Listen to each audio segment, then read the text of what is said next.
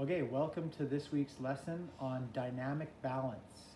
So in a previous lesson, we've covered what static balance is, the ability to maintain your balance, that's your stability and control while you're standing still. An example of static balance could be balancing on one leg, a stork stand would be examples of static balance where you're frozen, you're still. And again, we've covered that in a previous lesson.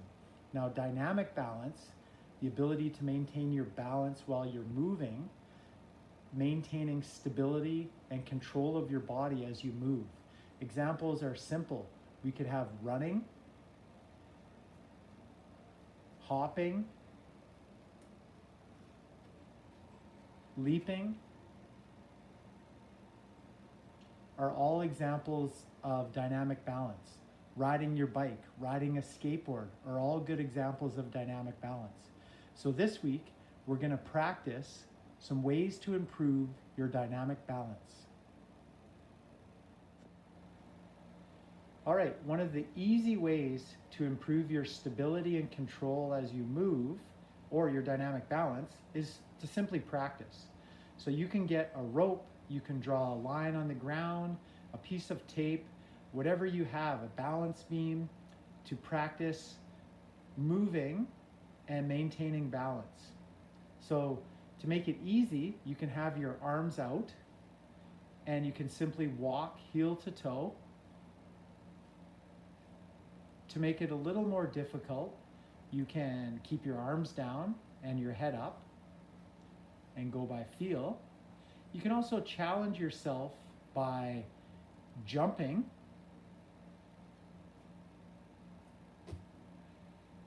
and you could try hopping on one foot. There's lots of different ways you can challenge yourself to improve your dynamic balance. All right. Another way to improve your dynamic balance is a simple rollabola. Now you might have a fancy rollabola. You can make it out of a small broom handle or a piece of doweling and a piece of wood. Now we're going to start off in a doorway or in a hallway so that you have something to hold on to as you try to balance on top of that doweling. So if you run into trouble, you simply put your hands out and your goal is to try to stand and slowly take your hands off the wall.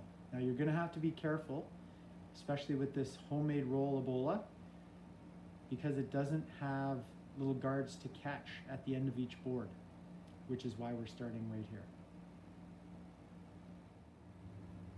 Okay, the next progression after you've started on your homemade rollabola inside a hallway or in the doorway is to try it without using your hands.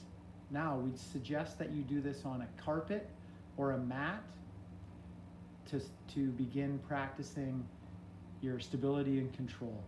So something small like a broom handle or a piece of doweling, but now you're going to try to balance and see how long you can keep the wood off the ground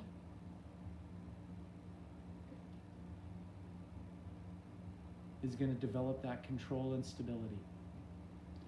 Now, if that's easy, you can start to find something that is a little thicker. In this case, a foam roller. Put that down underneath. Again, on a mat or on the carpet, just in case you fall. You're going to progress at your level.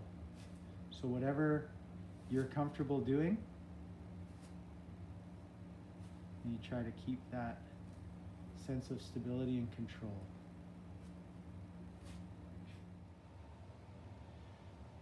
Okay, once you've mastered the rollabola, you're ready for skateboards, ripsticks, hoverboards, bikes, stand-up paddle boards. Any of these great activities that you can enjoy all come from improving your ability to balance while you move, or dynamic balance. So JC is lucky enough to have a hoverboard, and with the improvement in stability and control, along comes core strength and balance, and you can start to step out and try some tricks.